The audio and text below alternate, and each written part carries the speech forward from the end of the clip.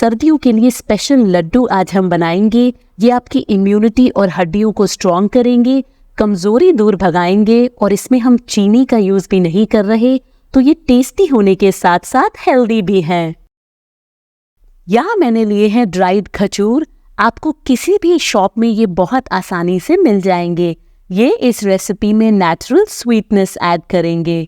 तो मैं आपको दिखाऊंगी इसको कैसे आप आसानी से काट सकते हैं। तो सबसे ऊपर के टॉप को आप पहले नाइफ से हटाएं, फिर इसको एक हमाम दस्ते की हेल्प से हम कूटेंगे। जी हाँ, ये हम इसलिए कर रहे हैं क्योंकि अगर आप नाइफ से डायरेक्टली करेंगे तो ये थोड़ा मुश्किल होगा। आप चाहे तो इसे किसी भी किचन क्लॉथ में रखकर फिर ऊपर से बेलन से मारकर भी तोड़ सकते हैं। तो इसी तरह से आप सारे ड्राइड खजूर को रेडी करें। अगर मैं आपको अब दिखाऊं, ये थोड़े सॉफ्ट भी हो गए हैं, तो जब हम मिक्सर ग्राइंडर में इसे पीसेंगे हमें आसानी होगी। तो ये बहुत इजी स्टेप है खजूर को काटने का। अब आप इसे ट्रांसफ़र करें एक पैन के अंदर और हम इसे भुनेंगे 2 मिनट तक। ये हम इसलिए कर रहे हैं क्योंकि जो लड्डू हम बना रहे हैं उसकी शेल्फ लाइफ 1 से 1.5 महीना होती है। तो हम सारे प्रिकॉशनरी स्टेप्स लेंगे ताकि हमारे इंग्रेडिएंट्स में मॉइस्चर बिल्कुल भी एक्स्ट्रा नहीं हो। तो आप देखिए 2 मिनट हो चुके हैं, इसमें हल्की खुशबू आने लगी है। ये साइन है कि आपके खजूर रोस्ट हो गए हैं। तो इसे भी अब आप निकालें एक प्लेट के अंदर और उसी के साथ अब मैं इसमें डाल रही हूँ ड्राइड यानी कि सूखा नारियल। इसके छोटे बड़े कैसे भी पीस हो उसकी आप टेंशन नहीं लें क्योंकि एनीवेज हमें इसे ग्राइंड करना है। आप इसे 2 से 3 मिनट मीडियम से लो हीट पे भुनें ताकि इसमें हल्का गोल्डन ब्राउन कलर आए। अगर आपको नारियल नहीं पसंद तो आप इसकी जगह मखाना भी यूज़ कर सकते हैं। आप इस रेसिपी को कौन सी सिटी या कंट्री से देख रहे हैं मुझे लिखकर ज़रूर बताएं। तो यहाँ आप देखें नारियल हमारा अच्छे से हो गया है। अब यहाँ पे मिक्सर ग्राइंडर में हम खजूर और नारियल को एक साथ पीसेंगे। अगर आप सिर्फ खजूर को पीसेंगे तो उसमें थोड़ी दिक्कत हो सकती है। तो आप इसको 2 से 3 बैचेस में करके ग्राइंड करें। हमें इसका बहुत फाइन पाउडर नहीं चाहिए, एक कोर्स यानी कि दरदरा टेक्सचर हमें इसका चाहिए। तो इसको अब आप निकालें एक बड़े बोल के अंदर। बाकी इंग्रेडिएंट्स के लिए हम यूज़ करेंगे देसी घी। तो इस रेसिपी पे टोटल 250 ग्राम देसी घी लगेगा। हम इसी में से थोड़ा थोड़ा घी यूज़ करेंगे अपनी चीज़ों को रोस्ट करने के लिए। तो सबसे पहले हम डालेंगे कटे हुए बादाम, अखरोट, पिस्ता और उसी के साथ मेलन सीड्स यानी खरबूजे के बीज। हमें इसे भुनना है देसी घी में 3 से 4 मिनट ताकि इसमें हल्का गोल्डन ब्राउन कलर आए। नट्स को हम रोस्ट करते हैं 3 रीजंस की वजह से। पहली ये कि इसकी शेल्फ लाइफ बढ़ती है। दूसरा, नट्स में अपना एक नेचुरल ऑयल होता है और जब आप इसे रोस्ट करते हैं वो ऑयल रिलीज होता है। तीसरा, इसका फ्लेवर बहुत ही बढ़िया हो जाता है। तो जनरली लोग लड्डुओं में कई बार इन नट्स को पाउडर करके डालना पसंद करते हैं, बट मैं वो पसंद नहीं करती। मैं इस तरह से पीसेस करके डालती हूँ क्योंकि जब आप उसे खाते हैं उसका टेस्ट बढ़िया आता है। तो आप देखें इसमें हल्का गोल्डन कलर आ गया है और खुशबू भी आने लगी है। तो नट्स हमारे परफेक्टली अब रोस्ट हो गए हैं। तो इसको भी अब आप ट्रांसफ़र करें एक प्लेट के अंदर और उसी पैन में अब हम डालेंगे थोड़ा सा घी और उसी के साथ किशमिश। कि किशमिश को मैंने 2 हिस्सों में काट लिया है क्योंकि किशमिश थोड़ी हमारी बड़ी थी। इसको भी बस आप सिर्फ 1 मिनट तक भुनें और ये बहुत जल्दी फूल के डबल साइज की हो जाएगी। आप देखिए किशमिश हमारी अच्छे से भुन चुकी है। तो इसको भी अब आप प्लेट में ट्रांसफ़र करें। अब उसी पैन में हम डालेंगे तिल यानी कि सेसमे सीड्स और इसको हम भुनेंगे 1 मिनट के लिए। ये बहुत जल्दी आपकी रोस्ट हो जाएंगी। आप अपनी पसंद के कोई भी नट्स या सीड्स इस लड्डू में यूज़ कर सकते हैं। तो आप देखें 1 मिनट में इसका कलर हल्का गोल्डन ब्राउन हो चुका है। तो इसको भी हम ट्रांसफ़र करेंगे प्लेट में और अब उसी पैन में हम डालेंगे घी और इसमें अब हमें कुक करना है गोंद को। जी हाँ, गोंद सर्दियों में बहुत हेल्दी होती है। इसको मैंने मिक्सर ग्राइंडर में डाल के इसका पाउडर बना लिया है। तो इसको हम थोड़े थोड़े बैचेस में 3 से 4 बार हम इसको भुनेंगे। गोंद भुनते वक्त आप हमेशा ध्यान रखें बहुत ज़्यादा हाई हीट पे नहीं भुने वरना वो कच्ची रह जाएगी। अगर आपको इस तरह से पाउडर करके डालना पसंद नहीं है तो तो आप रेगुलर गोंद मोटी वाली भी डाल सकते हैं।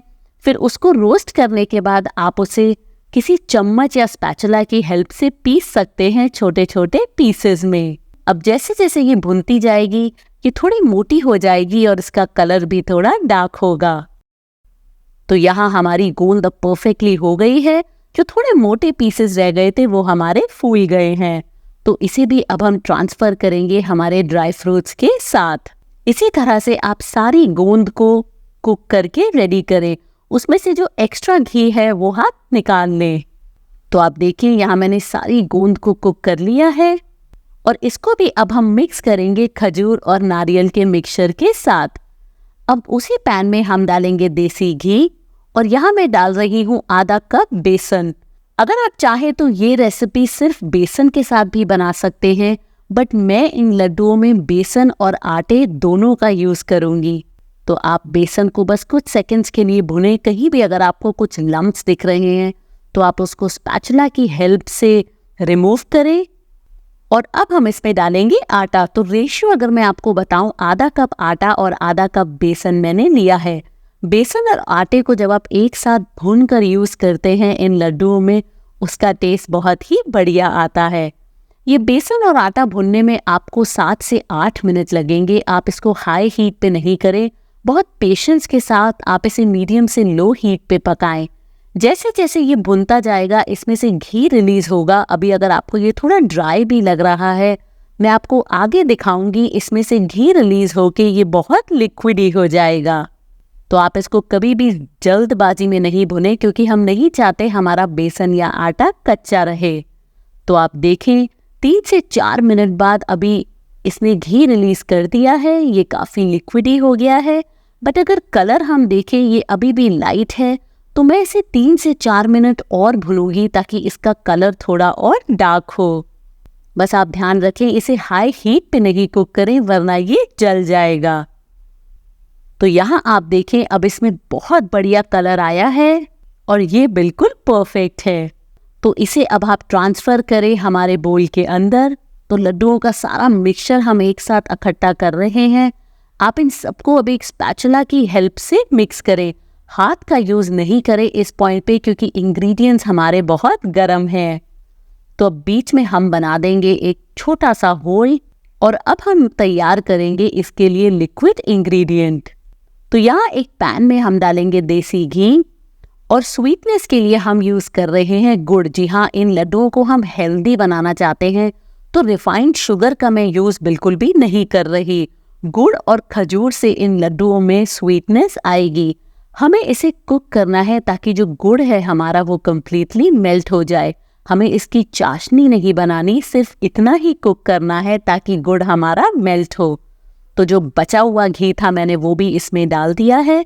आप इसको भी मीडियम हीट पे कुक करें, हाई पे नहीं करें, वरना आपका गुड़ जल सकता है। दूसरी चीज़ जो आपको ध्यान रखनी है, गुड़ को आपको ओवर कुक नहीं करना, वरना उससे आपके लड्डू हार्ड बन सकते हैं। तो आप देखें गुड़ कम्प्लीटली मेल्ट हो चुका है। तो बस इसे भी अब हम ट्रांसफ़र करेंगे हमारे लड्डुओं के मिक्सचर के अंदर। यहाँ मैं इसे छान रही हूँ ताकि अगर इसमें थोड़ी भी इम्प्योरिटीज़ हो वो हमारी निकल जाएं। तो अब आप इसको अच्छे से मिक्स करें। जैसे मैंने पहले कहा, आप हाथ इस टाइम पे नहीं लगाएं, क्योंकि गुड़ अभी हमने डाला है और ये मिक्सचर बहुत ही गर्म है। अब हम इसमें डालेंगे इलायची पाउडर फ्लेवर और टेस्ट के लिए, और उसी के साथ सौंठ यानी कि जिंजर पाउडर। ये अगेन बहुत फ़ायदेमंद होती है सर्दियों के लिए। तो आप सारे मिक्सचर को अच्छे से मिक्स करें और अब हम इसे रेस्ट करने देंगे 5 से 7 मिनट। आप इसे 100% कम्प्लीटली भी ठंडा नहीं करें, वरना आप इससे लड्डू नहीं बना पाएंगे। तो बस हमें इसे इतना ठंडा करना है ताकि वो ल्यूक वार्म हो और आप उससे हाथ में पकड़ के लड्डू आसानी से बना सकें। तो आप जितने बड़े या छोटे लड्डू बनाना चाहते हैं आप इससे बनाएं। तो आप देखें इसी तरह से हाथ में आप पकड़ें और इस तरह से प्रेस करके लड्डू बनाकर रेडी करें। इस रेसिपी से मेरे 24 लड्डू बनके तैयार हुए हैं। इन लड्डुओं को आप कम्प्लीटली ठंडा करके एयर टाइट कंटेनर में स्टोर कर सकते हैं 1 से 1.5 महीने तक। ये बहुत ही बढ़िया लड्डू बनते हैं। अगर आपको आज की मेरी ये रेसिपी पसंद आई है तो आपको ओट्स एंड नट्स लड्डू भी बहुत पसंद आएंगे, वो भी ज़रूर चेक करें।